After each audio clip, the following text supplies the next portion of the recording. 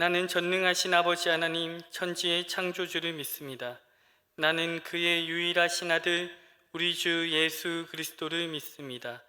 그는 성령으로 잉태되어 동정녀 마리아에게서 나시고 본디오 빌라도에게 고난을 받아 십자가에 못 박혀 죽으시고 장사된 지 사흘 만에 죽은 자 가운데서 다시 살아나셨으며 하늘에 오르시어 전능하신 아버지 하나님 우편에 앉아 계시다가 거기로부터 살아있는 자와 죽은 자를 심판하러 오십니다. 나는 성령을 믿으며 거룩한 공교회와 성도의 교제와 죄를 용서받는 것과 몸의 부활과 영생을 믿습니다. 아멘. 찬송가 320장 찬송합니다.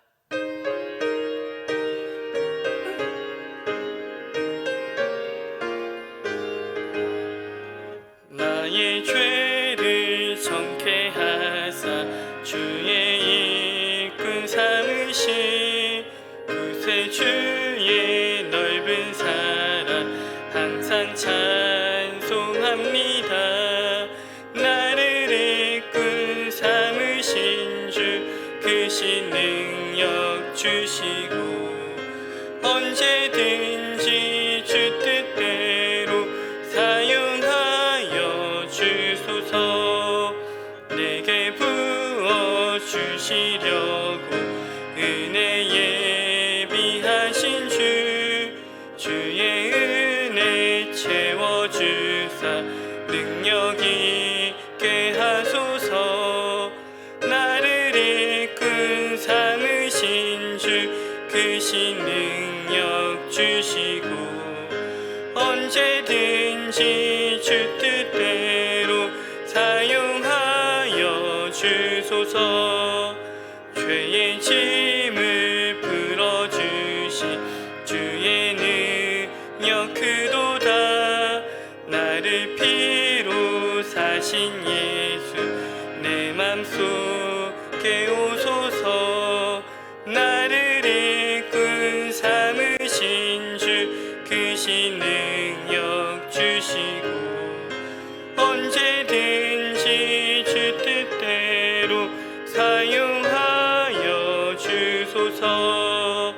주여 내게 성령으로 충만하게 채우사 생명수가 강물처럼 흐르게 하옵소서.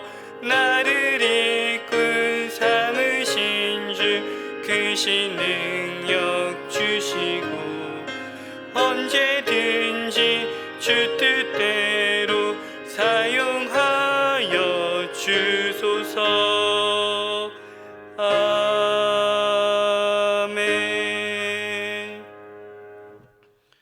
오늘 우리에게 주시는 말씀은 사무엘상 5장 1절에서 10절의 말씀입니다.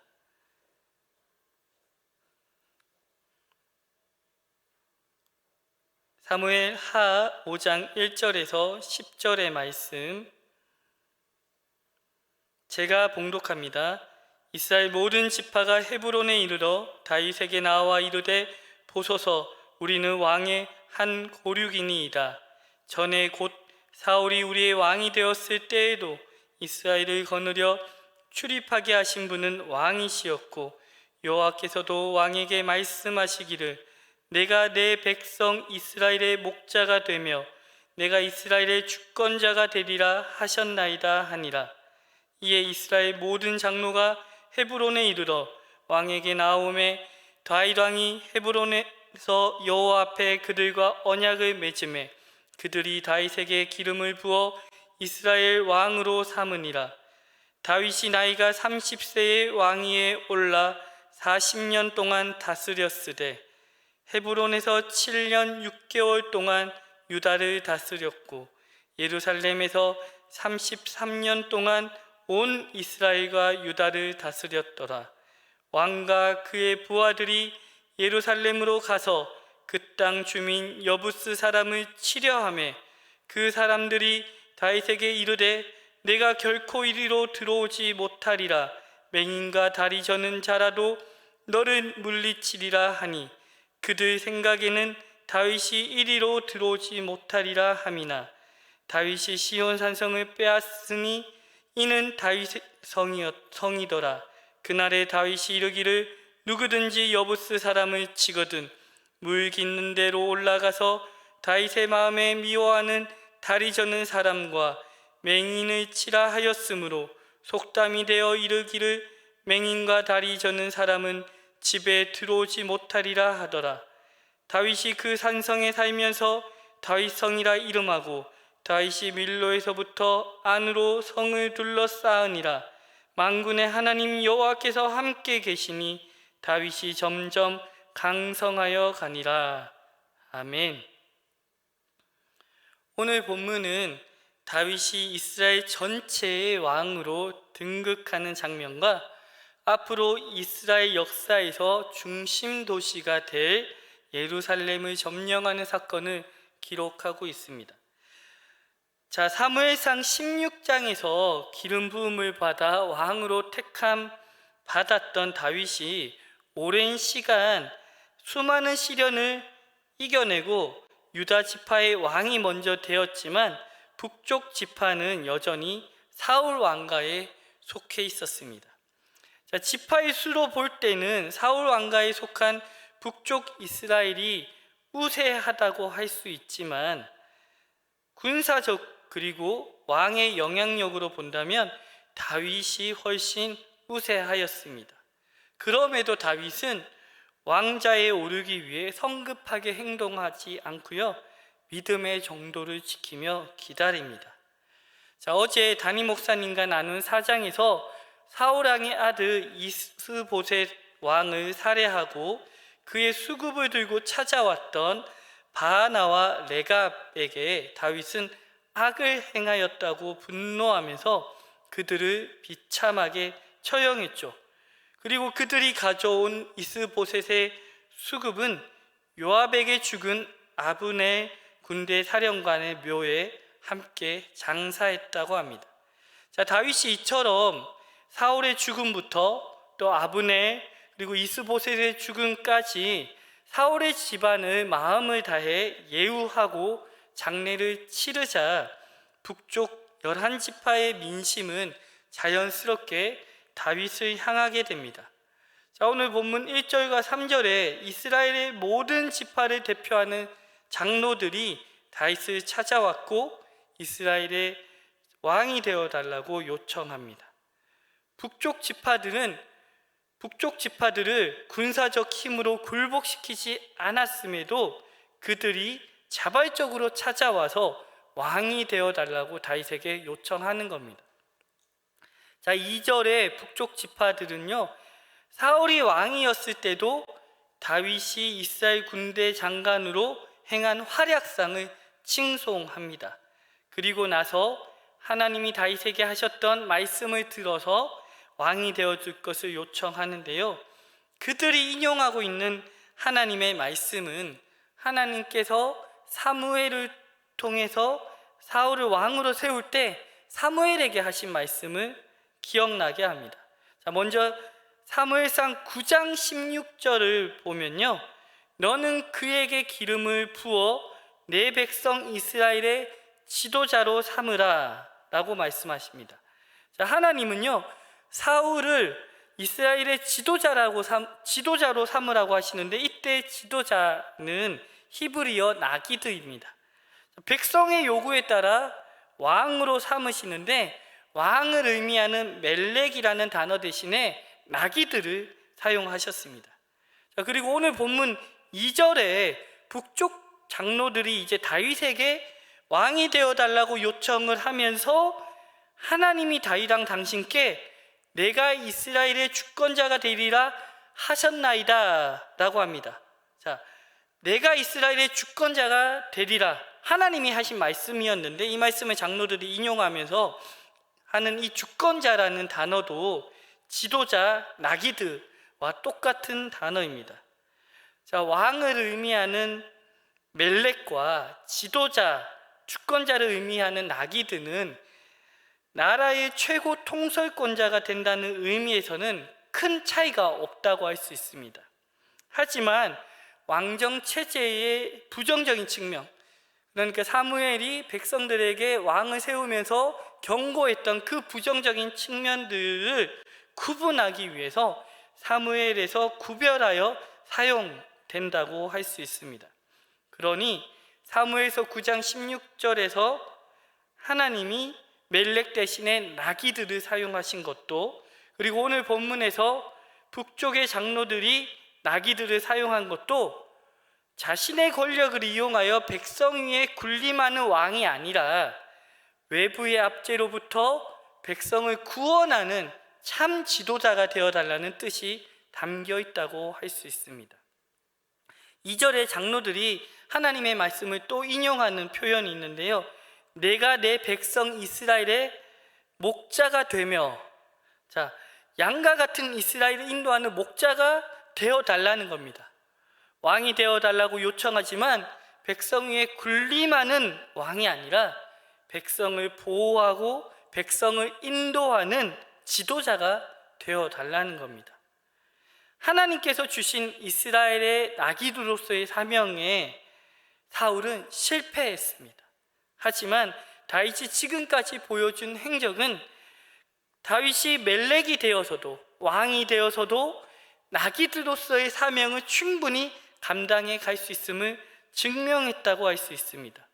북쪽의 장로들도 그것을 알았기에 오늘 다윗에게 찾아와서 나귀들로서의 왕이 되어달라고 먼저 요청하는 겁니다. 그 요청을 다윗이 수락을 하고요, 3절에 여호와 앞에서 다윗과 북쪽 장로들이 언약을 맺고 그들이 다윗에게 기름을 부어 이스라엘의 왕으로 삼았다고 합니다.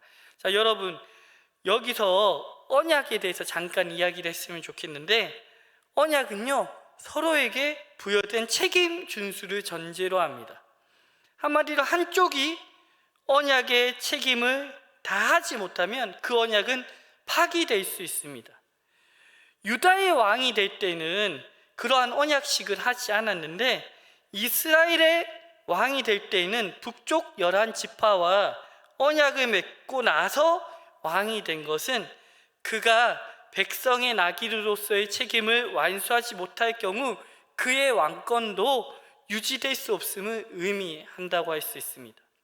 오늘 본문 4절에서 5절을 보시면 왕으로서의 다윗의 통치가 40년이고 그중 33년은 유다와 온 이스라엘을 다스렸다고 합니다.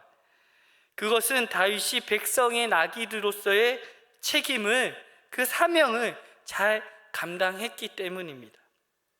하지만 여러분 이미 잘 아시다시피 그의 손자 르호보암에 대해 이르러서는 북이스라엘과 남유다가 다시 분열되는데요, 한마디로 솔로몬 왕의 후반기부터 그리고 르호보암까지 그들이 백성의 나귀들로서의 책임을 제대로 하지 못한 채 백성 위에 군림하는 멜렉이 되어버렸기 때문입니다. 자, 6절에서 10절은 다윗이 예루살렘을 점령하고 근거지로 삼아 이스라엘의 새로운 시대를 열어갈 기반을 마련하는 것을 보게 됩니다. 다윗이 점령하기 전까지 예루살렘은 가나안 족속의 하나였던 여부스 사람들이 사는 난공불락의 요새였습니다. 하지만 다윗이 그것을 점령하고 수도로 삼고 또 하나님의 언약궤를 가져오죠. 그리고 그의 아들 솔로몬의 때에는 성전을 건축하면서 이후에 모든 성경의 역사에서 이스라엘의 중심지가 됩니다. 그렇기에 오늘 본문의 예루살렘 정령은 왕으로서의 다윗이 하나님의 나라를 어떻게 번영을 이루어 갈지를 보여주는 시발점이 됩니다. 자, 10절은 그 사실을 분명하게 설명하는데요, 만군의 하나님 여호와께서 함께 계시니 다윗이 점점 강성하여 가니라.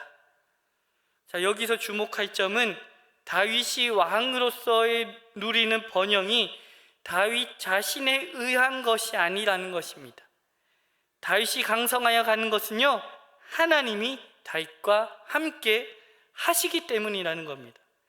수많은 역경을 지나 다윗이 왕이 된 것은 그가 골리앗 앞에서 당당하게 외쳤던 것처럼 만군의 하나님을 의지하는 삶을 살아왔기 때문이고, 왕이 되어서도 그가 강성하여 갔던 것은 그가 만군의 하나님을 의지함으로 하나님이 그와 함께 계셨기 때문에 가능했다라는 것이죠. 여러분, 오해하지 말아야 할 것은 다윗의 치세가 아무런 문제가 없이 완벽했던 것이 아닙니다. 지난 주일에 담임 목사님이 말씀을 전하신 것처럼 부하의 아내와 간통했다가 그것을 숨기려고 충직한 부하를 죽게 만들기도 했고요. 또 아들의 반란에 의해 광야로 도망가는 신세를 경험하기도 했습니다. 왕이 된 이후에도 다윗은 여전히 실패와 시련을 겪어야 했습니다. 그럼에도 그가 70세까지 왕으로 이스라엘을 다스렸던 것은 그 실패의 순간에 하나님을 찾고 자신의 죄를 회개함으로 다시금 하나님과 함께하기 원했기 때문입니다. 그것이 사울과 다윗의 결정적인 차이였고 우리가 아는 위대한 다윗을 만든 것입니다. 오늘 본문을 묵상하면서 성경이 우리에게 말하는 최고의 삶, 진정 성공한 삶은 다름 아니라 하나님과 동행하는 삶이라는 것을 깨닫게 됩니다. 때로는 실패하더라도, 때로는 죄에 넘어지더라도 그 순간에 다시금 하나님을 붙들고 나의 모든 연약함과 나의 죄를 회개하며 하나님과 함께하기를 간구할 때 우리의 인생은 사울을 따르지 않고 하나님이 우리에게 주신 사명을 감당하는 다윗을 따를 수 있다는 것입니다. 바라기는 우리의 전 인생이 하나님과 함께함을 구하며 하나님이 우리에게 맡기신 그 뜻을 이루어 가기를 간절히 소망합니다. 함께 기도하겠습니다. 우리와 함께 하시는 임마누엘의 하나님, 오늘 이 아침 오랜 시련과 역경을 거쳐 왕위에 오르는 다윗을 통해 우리가 살아야 할 삶이 어떠한지를 깨닫게 하시니 감사합니다. 왕이 되기 이전에도 왕이 된 이후에도 언제나 만군의 하나님 여호와를 의지했던 다윗과 함께하여 주시고 그를 강성하게 하사 그에게 주신 나귀들로서의 사명을 감당하게 하셨음을 기억하게 하여 주옵소서. 우리의 삶이 나에게 주어진 힘과 재물을 의지하며 살아가기보다 하나님과 함께 동행하며 하나님의 뜻을 이루어가는 삶이 되게 하여 주시옵소서. 나에게 허락된 그 어떤 것도 나를 위하여 사용하지 않고 다른 사람 위에 군림하기보다 섬기고 사랑하며 연약한 자들을 돌보고 보호하는 삶을 살아가는 이 시대의 나귀들로 살아가는 우리 모두가 되게 하여 주시옵소서. 때로는 실패하고 때로는 죄에 넘어지더라도 하나님께 나아가 온전히 회개함으로 하나님과 동행하는 삶을 살게 하여 주옵소서. 그리하여 진정 하나님과 동행하며 하나님의 뜻을 이루는 삶이 가장 최고의 삶, 가장 성공한 삶임을 증명하는 사랑하는 우리 모든 성도들 되게 하여 주옵소서. 이 모든 말씀 우리 주 예수 그리스도 이름으로 기도합니다. 아멘. 하늘에 계신 우리 아버지여, 이름이 거룩히 여김을 받으시오며 나라 임하옵시며 뜻이 하늘에서 이루어진 것 같이 땅에서도 이루어지이다. 오늘날 우리에게 일용할 양식을 주옵시고 우리가 우리에게 죄 지은 자를 사하여 준 것 같이 우리 죄를 사하여 주옵시고 우리를 시험에 들게 하지 마옵시며 다만 악에서 구하옵소서. 대개 나라와 권세와 영광이 아버지께 영원히 있사옵나이다. 아멘.